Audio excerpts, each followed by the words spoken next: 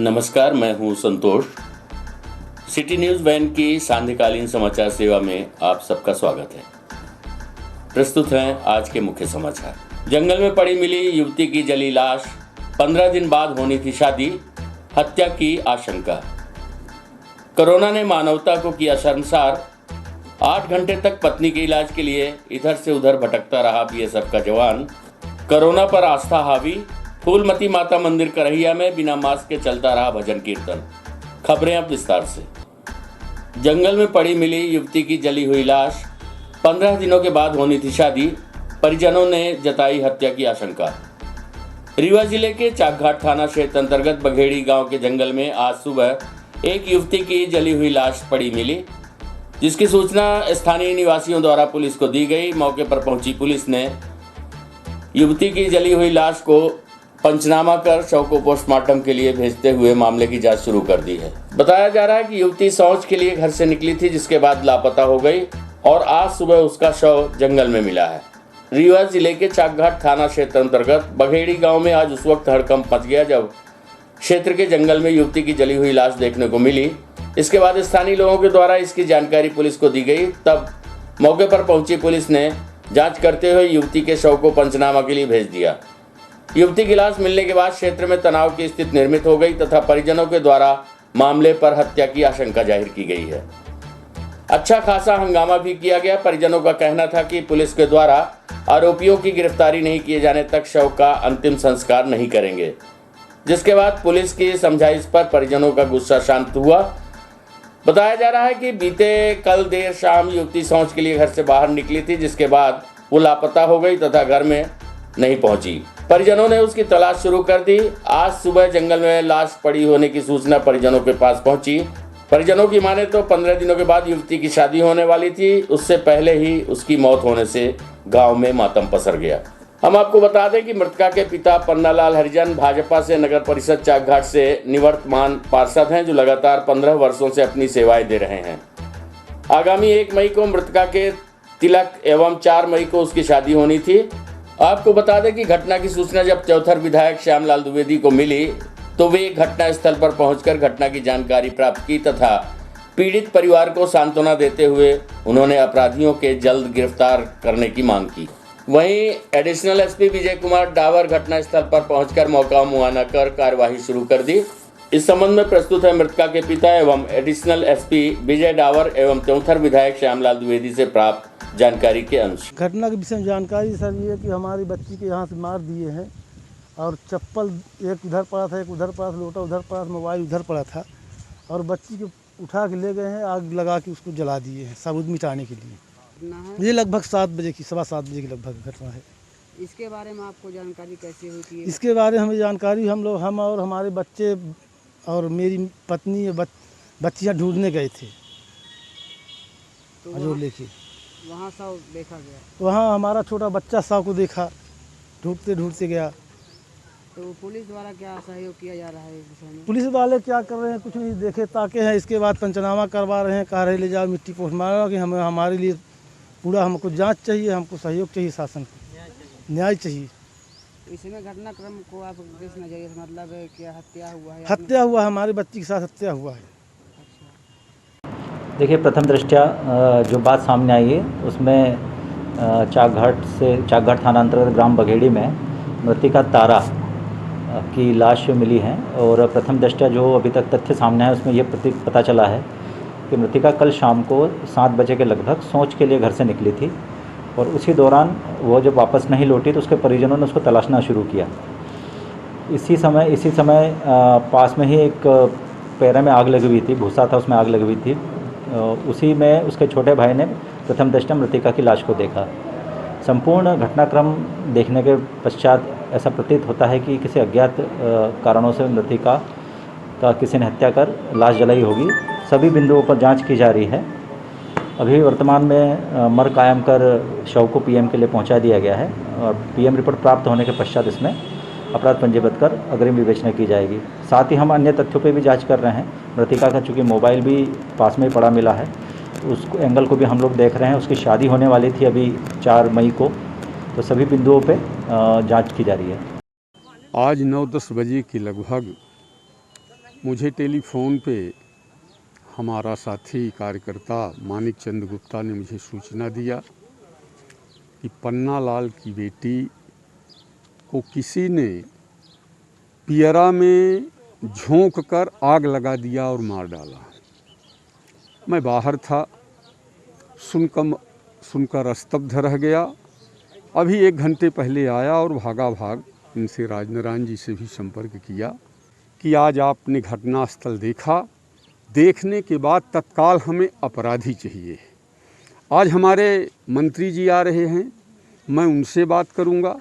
कल मैं रीवा जाऊंगा, कलेक्टर और एसपी से मिलकर मुझे जो ये निर्मम और निर्घृण हत्या हुई है, इसके अपराधी मुझको तत्काल चाहिए, नहीं तो मुझसे जो बन पड़ेगा, मैं बैठने को होगा तो मैं यहीं नेशनल हाईवे में मैं बैठूंगा, चाहे जो परिस्थिति आ जाए। आज गरीब के साथ जो ये अन्याय हुआ है, मैं बर्दाश्त नहीं कर पाऊंगा। मुझे भरोसा है कि एसपी, कलेक्टर, आईजी और हमारे मंत्री, हमारे ज़िले के अन्य वरिष्ठ नेतागण सबसे कल मुझसे मुलाकात होगी। चर्चा करके अपराधियों का पता लगाने का मैं पूरा प्रयत्न करूंगा। जिस भी ढंग से होगा, मुझे अपराधी चाहिए, एक सूत्रीय मेरी मांग है। कोरोना ने मानवता को भी किया संक्रमित। 8 घंटे तक एक अस्पताल से दूसरे अस्पताल के चक्कर लगाता रहा बीएसएफ का जवान। आज रीवा के संजय गांधी अस्पताल से एक बहुत ही संवेदनशील मामला सामने आया है, जहां बीएसएफ का एक जवान बिछिया हॉस्पिटल से संजय गांधी अस्पताल और फिर इस गेट से उस गेट तक भटकता रहा। उसने लोगों से मदद की गुहार भी लगाई और 8 घंटे तक एक अस्पताल से दूसरे अस्पताल का चक्कर लगाता रहा, लेकिन उसकी सुनने वाला कोई नहीं था। आखिरकार मीडिया के दखल के बाद जवान की पत्नी को संजय गांधी अस्पताल में भर्ती कराया गया। हम आपको बता दें कि बढ़ते कोरोना संक्रमण के इस दौर में जहां लोग खुद को बचाने में मशगूल हो गए हैं, वहीं इस संक्रमण ने मानवता को भी अब संक्रमित कर दिया है। लोग अब किसी की मदद करने की बजाय उसे गुमराह करने में लग जाते हैं। ऐसा ही संवेदनशील मामला आया है रीवा के संजय गांधी अस्पताल से, जहां बीएसएफ का एक जवान अपनी कोरोना संक्रमित पत्नी को लेकर 8 घंटे तक एक अस्पताल से दूसरे अस्पताल का चक्कर काटता रहा। उसे सही रास्ता दिखाने वाला कोई नहीं मिला। दरअसल कोरोना संक्रमण के इस दूसरे दौर में स्थिति काफी भयावह हो गई है, जिससे ये संक्रमण काफी हद तक लोगों को अपनी जद में लेता जा रहा है, जिससे पीड़ित होकर संजय गांधी अस्पताल पहुंचे बीएसएफ के जवान को भी अपनी पत्नी को भर्ती कराने के लिए काफी जद्दोजहद करनी पड़ी। बताया जा रहा है कि बॉर्डर सिक्योरिटी फोर्स त्रिपुरा में तैनात सीधी जिले के रहने वाले विनोद तिवारी की पत्नी अचानक कोरोना वायरस की चपेट में आ गई, जिससे उन्हें अस्पताल में भर्ती कराने के लिए बीएसएफ का जवान रीवा आया और फिर उसे जिम्मेदारों के द्वारा तकरीबन 8 घंटे तक एक अस्पताल से दूसरे अस्पताल के चक्कर कटवाने के लिए छोड़ दिया गया। इसके बाद थक हार कर सिस्टम से परेशान बीएसएफ के जवान ने आशा भरी नजरों से मीडिया के लोगों से मदद मांगी। तब मीडिया टीम ने अस्पताल प्रबंधन से बात करते हुए जवान की पत्नी को संजय गांधी अस्पताल में भर्ती कराया। बीएसएफ जवान विनोद तिवारी का कहना है कि पत्नी के संक्रमित होने की खबर जैसी उन्हें लगी तो वो 4 दिन की छुट्टी लेकर उसके इलाज के लिए घर आए, लेकिन सरकारी सिस्टम की नाकामी ने उन्हें परेशान कर दिया। हालांकि इस पूरे मामले को लेकर जब मीडिया की टीम ने प्रशासनिक अधिकारियों से बात करने की कोशिश की तो उन्होंने कैमरे के सामने आने से इनकार कर दिया। फिलहाल बीएसएफ के जवान की पत्नी को संजय गांधी अस्पताल में भर्ती कर लिया है और उसका इलाज जारी है। प्रस्तुत है बीएसएफ के जवान विनोद तिवारी से प्राप्त जानकारी के अंश। ये सर हम देश के लिए बचते हैं, 4 दिन की छुट्टी में आए अचानक से। सुनिए सर, ये जो कोरोना वैक्सीन है ना, मेरे पापा मेरे को वैक्सीन सब लगा। मेरी रिपोर्ट ठीक है सर। मेरी फैमिली को ऐसी स्थिति है, बताइए कहाँ पदस्थ हैं आप? जी कहाँ पदस्थ हैं आप? मैं त्रिपुरा 3 बटालियन बीएसएफ अपने। कहाँ आप ले गए थे? अभी हॉस्पिटल में आपने दिखाया, डॉक्टर से बात की आपने? मैं ले गया था भिंडिया हॉस्पिटल में भी, तो मना कर दिया, बोले मेरे पास ऑक्सीजन का सुविधा नहीं, अपने फैमिली को ले जाए। यही बोलते हैं सर। यहाँ आपने बात की, डॉक्टर से बात की आपने? यहाँ पे अभी लेके आया, कोई सुनता नहीं है। यहाँ पे आया सर। अभी मेरे को कोई बोलता उस गेट पे जाओ, उस गेट पे, मेरे को कोई बता ही नहीं रहा सर। मैं सुबह से लेके बिछिया हॉस्पिटल में था, बिछिया हॉस्पिटल में ट्रीटमेंट के लिए लेके गया तो जांच करवाया, निकलने के बाद कोई पूछ ही नहीं रहा सर। बताइए किस रोड में कौन है कोरोना पेशेंट आपके पास? मेरी वाइफ है सर। बताइए, मैं देश के लिए मर रहा हूँ। कहाँ के रहने वाले हैं आप? मैं ये रहने वाला सीधी जिला का हूँ, लेकिन मेरा मकान यहीं बना हुआ है। कब से भटक रहे हैं आप? मैं सर सुबह 6 बजे से मैं फैमिली को लेकर बिछिया हॉस्पिटल से आया, जांच करवाया सर। उसके बाद से कभी इधर उधर घूम रहा हूँ, इस गेट से उस गेट में। मेरा प्राइवेट हॉस्पिटल में हो पा रहा है न कहीं कुछ हो पा रहा है। कोरोना पर आस्था हावी। चैत्र नवरात्र के अवसर पर करहिया फूलमती माता मंदिर पर दिखी श्रद्धालुओं की भीड़। बिना मास्क के किए दर्शन, चलता रहा भजन कीर्तन। कोरोना संक्रमण की दूसरी लहर जहां एक और अपना विकराल रूप प्रकट कर रही है, जिसमें लगातार संक्रमितों की बढ़ती संख्या से प्रशासन एवं स्वास्थ्य विभाग के हाथ पांव फूल रहे हैं। एक ही दिन में कोरोना के 333 मरीज पाए जा रहे हैं। अकेले रीवा नगर में ही 128 कोरोना संक्रमित पाए गए हैं। लेकिन श्रद्धालुओं की आस्था ने सारे कोरोना नियमों की अनदेखी करते हुए स्वयं एवं समाज को खतरे में डालने का प्रयास किया जा रहा है। इन्हीं लापरवाहियों के चलते कोरोना फन फैलाए हुए समाज को डसता जा रहा है और लगातार संक्रमण के आंकड़े बढ़ते जा रहे हैं। कोविड-19 महामारी के चलते नवरात्रि में अष्टमी एवं नवमी का त्योहार पूरे जिले में सादगी के साथ मनाया जा रहा है। न भंडारा न कन्या भोज। हालांकि महिलाएं अष्टमी के दिन भी पूजा पाठ करने के लिए मंदिरों को निकली, जिनके चेहरे में मास्क दिखाई नहीं दिया। उनके साथ छोटे छोटे बच्चे भी मंदिर पहुंचे। शहर के प्रसिद्ध रानी तालाब मंदिर, जालपा देवी मंदिर, फूलमती मंदिर ऐसे धार्मिक स्थान हैं जहां अष्टमी को श्रद्धालुओं का खासा जमावड़ा रहता था। लोग कन्या भोज कराते थे, लेकिन कोविड-19 के कारण न भंडारा हुआ न कन्या भोज हुआ। वहीं करहिया फूलमती मंदिर के पुजारी ने बताया कि इस वर्ष विश्व कल्याण के लिए पूजा पाठ किया जा रहा है। उन्होंने बताया कि अष्टमी का व्रत हर व्यक्ति को निर्जला रहना चाहिए। वहीं दूसरी ओर आज इस संबंध में जब एक श्रद्धालु से चर्चा की गई तो उन्होंने कहा कि फूलमती माता मंदिर में लोग भजन कीर्तन कर कोरोना बीमारी को दूर भगाने हेतु प्रार्थना कर रहे हैं। हम आपको बता दें कि कोरोना के कहर के खिलाफ जहां प्रशासन मुस्तैद रहकर कलेक्टर द्वारा जिले भर के मंदिरों के पट बंद कर दिए गए हैं, साथ ही सभी प्रकार के धार्मिक आयोजनों पर प्रतिबंध है, उसके बावजूद लोग आस्था की डुबकी लगाने के लिए विचित्र तर्क प्रस्तुत करते हैं। आइए प्रस्तुत है एक झलकी सहित श्रद्धालुओं से जानकारी के अंश।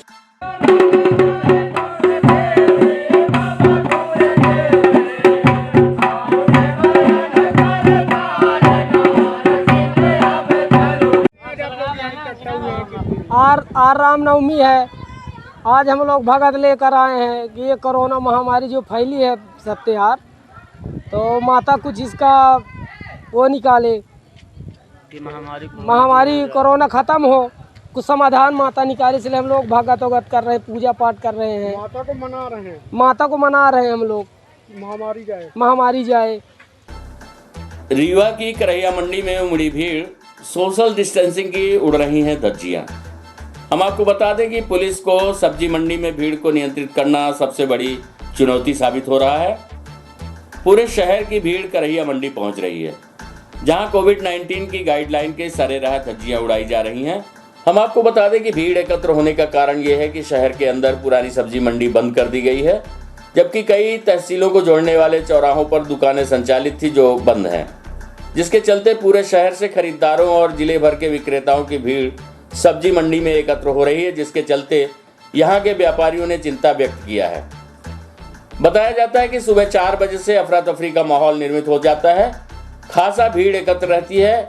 बुधवार की सुबह एकत्र होने की जानकारी पुलिस प्रशासन को दी गई तो मौके पर SDM Shailendra Singh, CSP SN Prasad, तहसीलदार आरपी त्रिपाठी मौके पर पहुंचे, जहां भीड़ को नियंत्रित करने का प्रयास किया गया। बताया जाता है कि आज 2 बजे एसडीएम रीवा के द्वारा सब्जी मंडी में व्यापारियों की बैठक लेकर आगे की रणनीति बनाई जाएगी। आपको बता दें कि लॉकडाउन के बाद दूध, सब्जी, मेडिकल को छूट दी गई है, जिसके चलते सब्जी के लिए सुबह से भीड़ एकत्रित हो जाती है, जिसके चलते कोरोना वायरस के विकराल रूप लेने की संभावना बनी हुई है। आइए सुनते हैं यहाँ के थोक विक्रेता, सब्जी व्यापारी लखपति कुशवाहा एवं सीएसपी सच्चिदानंद प्रसाद से प्राप्त जानकारी के अंश।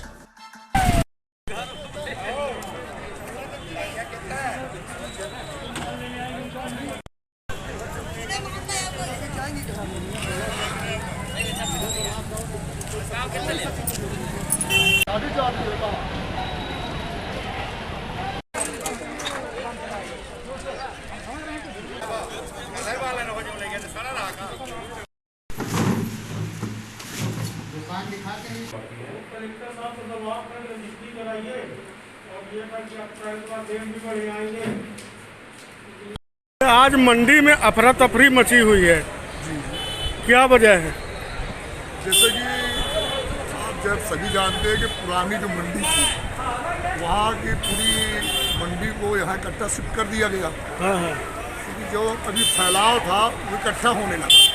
किसी को अलग अलग मंडी 3-4 भागों में कर रहे प्रशासन, इसकी जो पब्लिक है बढ़ जाए, नहीं तो ये आने वाले समय में बहुत घातक स्वरूप देगा, क्योंकि कोई भी नहीं चाहता कि हम ये व्यापार करें। मजबूरी है आज इंसान की, हालात इतने ज़्यादा ख़राब हैं कि हम लोग भी एक आध रोज निर्णय लेंगे अपनी अपनी दुकानें बंद करने का, स्वतः की अपनी इच्छा से हम लोग अपनी दुकान बंद रखेंगे, क्योंकि ये भीड़ देख के ऐसा लग रहा है कि आने वाले समय में कोरोना न कम से कोरोना बढ़ेगा।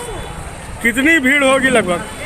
और सुबह देख लीजिए पूरी जनता है, शासन लगा हुआ है, कम से कम नहीं तो 5 से 7 हज़ार पब्लिक तो इकट्ठा हो गई है। डेली आ रही है? डेली मतलब ये होगा कि इसको 3-4 भागों में बांट दिया, जैसे पिछली बार हुआ था। पुरानी मंडी में कुछ व्यवस्था बना दी जाए, कुछ साइड में, हो सकता है इससे कुछ राहत मिले लोगों को, वो बढ़ जाए पब्लिक इकट्ठा हो गई और डबल भीड़ हो गई है। ग्राहक भी बेचारा उतनी दूर से आ रहा, चारों दिशा ग्राहक भी इतना, उतना किसान, उतना व्यापार, उतना ग्राहक भी आ रहा, जाए कहाँ सब्जी? शहर में इतनी सब्जियाँ मिलती नहीं है, ठेले वाले कॉलोनी जाते हैं, उसमें भी लोगों को संतोष नहीं होता है, डबल टिबल भाव से वो लोग सब्जी पहुंचा रहे हैं। तो मजबूरी है पब्लिक का, निकलना भी एक मजबूरी है। पब्लिक नहीं चाहती कि हम जान गंवाएं और शहर के अंदर जाएं। सब्जी बाजी है, उसके बिना भी लोग जी लेंगे। हाँ, इसको सुव्यवस्थित करने के लिए 2 बजे SDM साहब जो है मीटिंग में सबको बुलाया है, वहाँ के व्यापारी और जो भी हैं किसान वगैरह जो भी जितने आते हैं लोग हैं, 2 बजे मीटिंग में उसमें फैसला लिया जाएगा। जो भी सबकी सहमति से अच्छी व्यवस्था दी जाएगी। तो काफ़ी भीड़ देखी गई थी मंडी में। हाँ, भाई मंडी में अब सामान सब्जी है और भी वो सारी चीज़ें सभी जगह से आते हैं, तो उसको व्यवस्थित करने के लिए 2 बजे मीटिंग रखी गई है। रीवा में शिल्पी प्लाजा के B ब्लॉक में Rewa collector doctor Ilaiya Raja T के निर्देशन पर आसम ड्रेसेस दुकान खुली पाए जाने पर तहसीलदार ने की कार्यवाही, ठोका 5,000 का जुर्माना।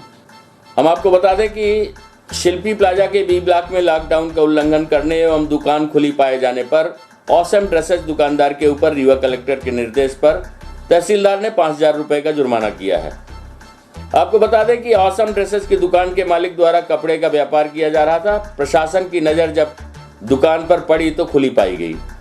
वहीं शिल्पी प्लाजा में 2-3 और दुकानें भी खुली पाई गईं। प्रशासन ने जुर्माना किया और दुकानों को बंद करवा दिया। इस कार्यवाही में राजस्व एवं नगर निगम सहित अमहिया थाने का बल उपस्थित रहा। प्रस्तुत है नायब तहसीलदार यतीश शुक्ला से प्राप्त जानकारी के अंश। हाँ, ये बाज़ार का औचक निरीक्षण किया गया है नगर निगम के द्वारा, पुलिस अमैया थाना के द्वारा के। यहाँ पर हम लोगों ने ये आपका दीप कॉम्प्लेक्स जो है यहाँ पर और शिल्पी प्लाजा के A ब्लॉक और B ब्लॉक की दुकानों का निरीक्षण किया, जिनमें से कोई 2-3 दुकानें खुली हुई पाई गई हैं।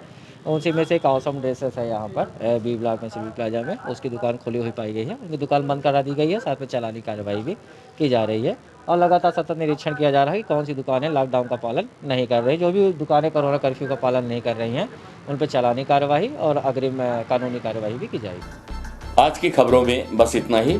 कल हम पुनः हाजिर होंगे नई खबरों के साथ। तब तक के लिए हमें इजाज़त दीजिए। नमस्कार।